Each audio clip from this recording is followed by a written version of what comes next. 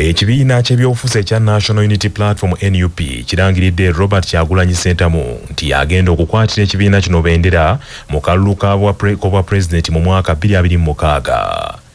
Kyagulanyi Robert Ssentamu okulangirirwa ku buwanguzi buno, ekibiina kibuliddwa omuntu omulala ajjayo empapula esaba okuvuganya ku kifo ekyo era ye muntu ekibiina gwe kisoose okulangirira nga mpaawo amuvuganyiza.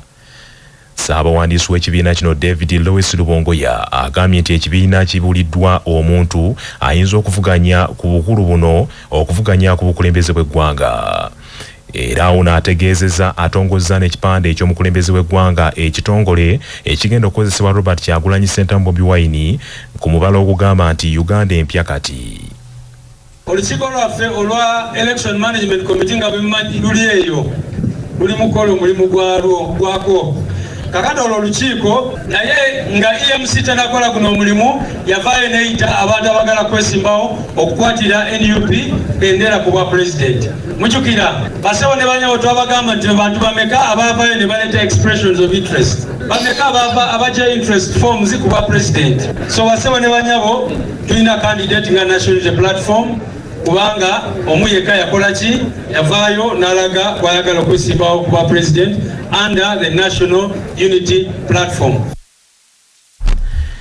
Lubongo yera alabudde bannakibiina abakubisizza ebipande okuli omukulembeze w'ekibiina kino Robert Kyagulanyi Ssentamu abagenda bagamba abantu nti bafunye ddakaadi z'ekibiina ekyo. Agambye nti abakikola abadyekadyeka abantu mu mbeera efaanana bw'etyo kibakola kikyamu.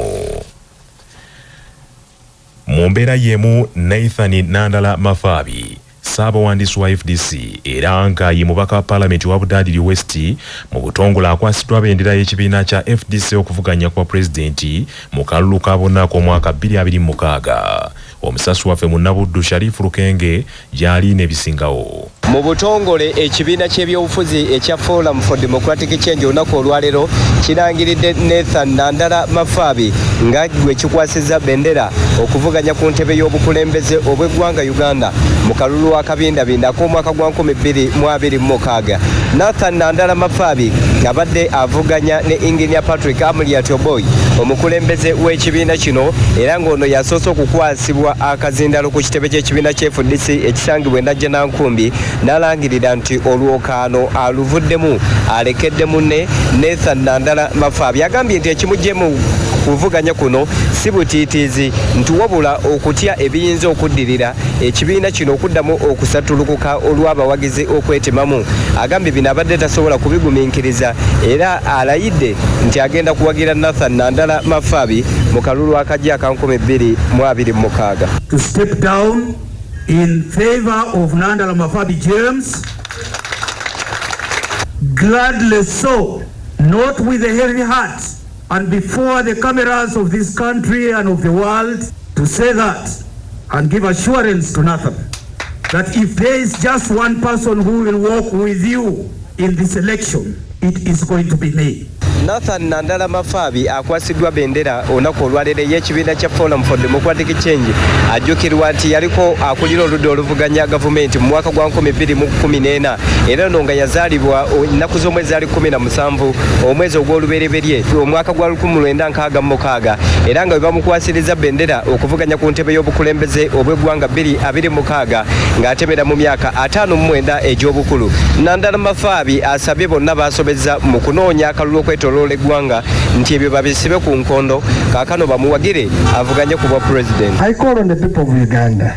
As a human being, I make errors. I sin. That's why every Sunday we go to the church. Every Friday we go to the mosque. If there is anybody personally I have wronged, I ask for your forgiveness. Engineer Patrick Amuriat Oboy yavudde mu kalulu olunaku olwaleero kinajjukirwa nti ye yakwatira FDC bendera mu kalulu akawedde aka 2021 era ono yafuna obululu bwali eyo mu mitwalo 33 n'omusobyo ku mulundi ogwo byali ebitundu 3 n'obutundutundu 2 ku buli 100 ku lwa 88 akatonyeze 8 y'obujjajja lwasa mayinja ze Munabuddu Lukenge Sharifu wano ku kitebe ky'FDC Najjanankumbi. manya obubona obuddo obw'eddembe lyo tonyigirizibwa ddembe lyo ery'obwebange ddembe lyakukyusibwako baluswata property consultants batunda ettaka ku nguudo zonna eziyingira n'okufuluma ekibuga va mu by'ettaka lyakulukuta ennyumba ya kyama basange ku ofiisi yaabwe ekyengera opposite Orange City essimu 0704 80 1905. Teri munnamateeka akkirizibwa kuwoza musango mu kkooti nga talina layisensi nga munnamateeka Frederick Ssemwanga bw'annyonnyola. Singa lawyer yenna anaagenda mu kkooti nga talina practicing license ajja kugobebwayo era asobola n'okukwatibwa n'asibibwa. Naye singa wali wapangisa omuntu oyo n'akuteerayo empapula naye nga talina lupapula olwo lwe bayita practicing certificate, empapula ezo ze yali yakuteerayo tezibeera nfu. Ky'oba olina okukola kugenda ofune lawyer omutuufu omusabe n'empapula ze ezimukkiriza okukiikirira mu kkooti olwo alyoke agende mu maaso okukiikirira. President Yoweri Kaguta Museveni Tibwabulwa avumiridde ekyokussa omusolo omuyitirivu ku wooteri n'ebifo ebyobulambuzi ebimu. Agambye nti kino kizingamya enteekateeka ez'okutumbula ebyobulambuzi okwetoola eggwanga lyonna. Museveni bino abyogeredde mu maaka g'obwa pulezidenti Entebbe bw'abadde asinkanye abakungu okuva mu kitongole ky'ebyobulambuzi ekya Uganda Tourism Board abakulembeddwamu ssenkulu waakyo Yoga Birigwa. President Museveni ategeezezza nti ebyobulambuzi mu Uganda tebisaanye kwesigamizibwa ku ssente ez'amabanja okutambula wabula birina kukolera ku nsimbi ezaateekebwa mu bbanka y'ebyobusuubuzi ya Uganda Development Bank era ng'amakolero bwe gakola galyoke gatambuze bulungi emirimu gyago. Mwami Museveni agambye nti ebyobulambuzi musingi gw'amaanyi nnyo mu nkulaakulana ya Uganda n'olwekyo biteekeddwa okukwatibwa n'obwegendereza bisigale nga bivujjirira ebyenfuna by'eggwanga. Enkulu wa Uganda Tourism Board Yoga Birigwa asinzidde mu nsisinkano eyo n'asaba President Museveni okwongera okuvujjirira ebyobulambuzi batereeze ebitannatereera n'ensimbi eziyingizibwa zeeyongere. Abuulidde Mwami Museveni nti beetaaga okuweebwa ensimbi obukadde 800 obwa Uganda buli mwaka okunyweza n'okulungamya ebyobulambuzi okwetooloola eggwanga lyonna biryoke bitandika okuyingiza ensimbi ezisukka mu triliyoni 2.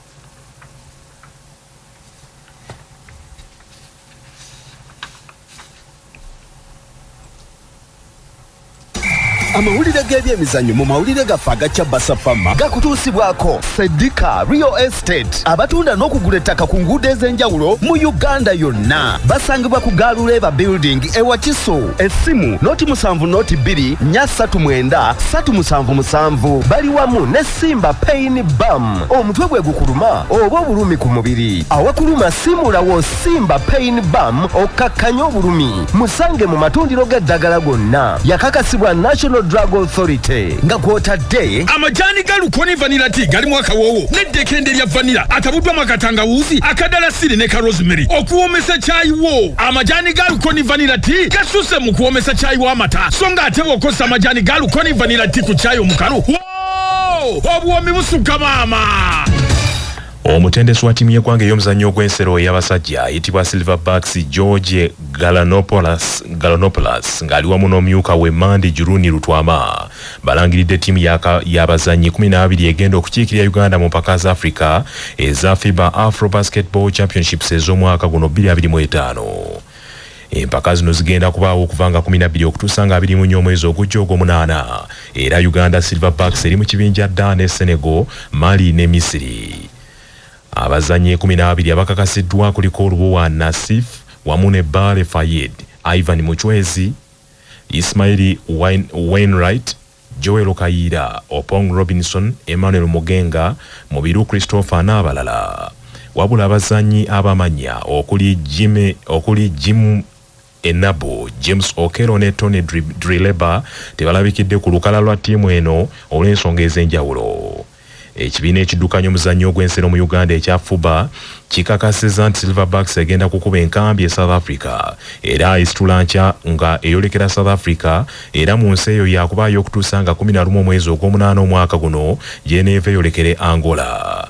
Kinajjukirwa nti ttiimu y'abakazi ya The Gazelles mu kiseera kino eri mu Ivory Coast mu mpaka za FIBA Women Afro Basketball Championships era nga yamaze okwesoga omutendera ogwa quarter final.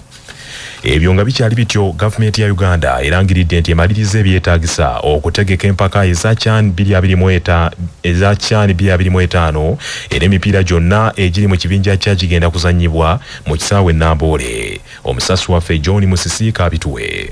Dr. Dennis Mujimba omwogezi wa minisitule y'ebyenjigiriza n'ebyemizannyo era nga ye ssentebe w'olukiiko oluteeseteese olw'empaka zino eza CHAN ezitegekeddwa amawanga asatu okuli Uganda, Kenya ne Tanzania ategeezza nti enteekateeka zonna ziggiddwako engalo. Ono agamba emipiira gyonna egigenda okusambibwa mu kibinja C egigenda okubeera wano mu Uganda gigenda kukwatibwa mu kisaawe Namboole era ng'ekibinja kino kirimu eggwanga lya Uganda, Algeria, Guinea, Niger ne South Africa. Ono agamba emipiira gino ekitongole ekya CAF kyamaze dda okusalawo ensimbi ezigenda okusasulwa abantu bonna abanayingira okugiraba era oli olunaku lugenda kubeerako empiira ebiri okuli ogubeerawo ku ssaawa 11 kawungeezi n'ogunaabeerangawo ku ssaawa 2 ez'ekiro nti era omuntu bw'anaasasulanga tiketi ey'okuyingira omupiira ogumu teyeetaaga fuluma kisaawe n'omupiira ogwokubiri abajja gulaba ku ssente ze zimu. Wabula ono agamba singa osasula tiketi ey'omupiira ogw'essaawa 11 ate n'ofuluma geeti ya Namboole n'odda wabweru togenda kuddamu kukkirizibwa kuyingira ate kulabira ku tiketi y'emu eyo awo osasula tiketi endala. Ono agambye CAF yasigazza obuyinza obwenkomeredde okutunda tiketi zino era tewali ttundiro lirimu oba edduka ogenda kozisanga zigenda kugulibwa mu nkola eya online oba mu ngeri y'endigito. Ayongeddeko tiketi abagenda okuzisasula abasookerwako bakusasula ng'omutwalo gumu gwokka olwo kaadi eziri mu ttuluba erya silver za mitwalo 3 ate premium ya VVIP egenda kubeera ya mitwalo 5. Ono ategeezezza mu kisaawe Namboole omupiira ogugenda okusookawo gugenda kuzannyibwa ng'ennaku z'omwezi 4 ye Monday ya wiiki ejja era ng'omupiira ogugenda okuggulawo ku ssaawa 11 ez'akawungeezi gugenda kubeera mu kisaawe Namboole nga gugenda kuggulwawo wakati wa ttiimu ya Niger egenda kubeebulonda ne ttiimu ya Guinea. So nga Uganda Crane egenda kuba eyingira mu kisaawe ku ssaawa 2 ez'ekiro ng'omupiira guno bugenda kuba bugyefuka ne ttiimu y'eggwanga erya Algeria. Ono ategeezezza gavumenti ya Uganda emaze okuteekamu ensimbi zonna ezeetaagisa mu kuvujjirira empaka zino era nga bingi nnyo ebikwata ku nteekateeka zino.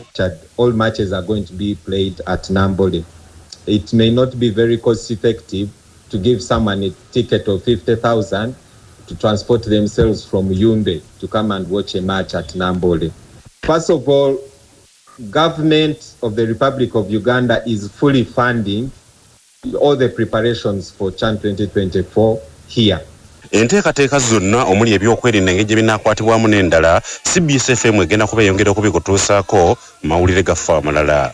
Olwa 88 CBS FM Radio Lwasa Mayinja mu Nnanda gwe Musisi John.